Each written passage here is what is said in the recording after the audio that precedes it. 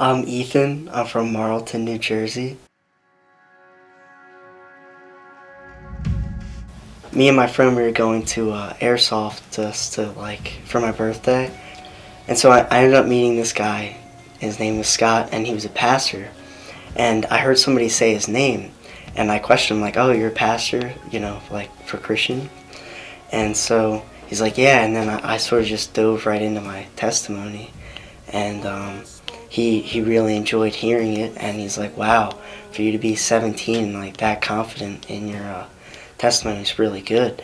And I bet if you went to your pastor and asked if you could get more involved with ministry, he'd be really excited to hear that. And so that's what I did, and that's why I'm making this video right now. And so I had more motivation to go out and serve in the ministry. I went to a Bible camp at Lake Champion, and I had a lot of cool leaders, Colin, Jason, all very easy to talk to and ask questions to. And they had a speaker there, and he told us that sin was so natural for humans because he provided an example where his son claimed that he didn't eat this chocolate cake that was on the table, but it was missing. And his dad's like, "Yo, where did the cake go?" And there's just crumbs all over his face. It was so obvious. And he was no older than 2 years old. And he says, the dog ate it, but it was more than obvious that he ate it. And he was using this as an example of how we were born with sin, and that Jesus is the only way we can get rid of that sin. And so then I was questioning Colin about that, and I said, so if one person isn't religious and they hardly ever sin, and will they still go to heaven compared to a person who sins a lot but still believes in the Christian faith?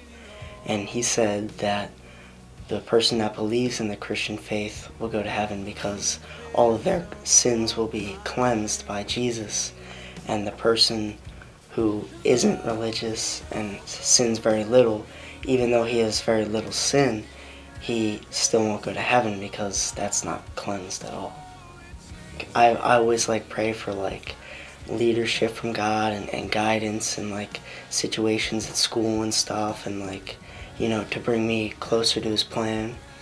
And I just feel like those past things were events that God has been leading me and guiding me to his plan.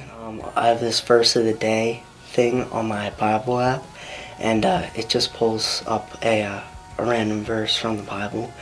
And one of the times was a verse that stated, "Seek first the kingdom of God, and all else shall be added unto you." And that verse really sticks out to me because I feel like going to ministry and going to church is like seeking the kingdom of God, and that while I'm doing this, God is helping me with all the other things in my life.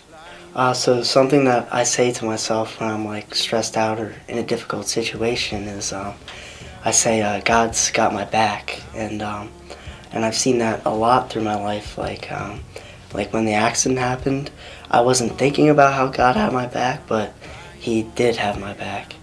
And more recently, with Pastor Scott, that's more reassurance that God is there, God's supporting me, God's on my side. I can't wait to see what He has planned for me in the future. And if God's got my back, He's got your back too.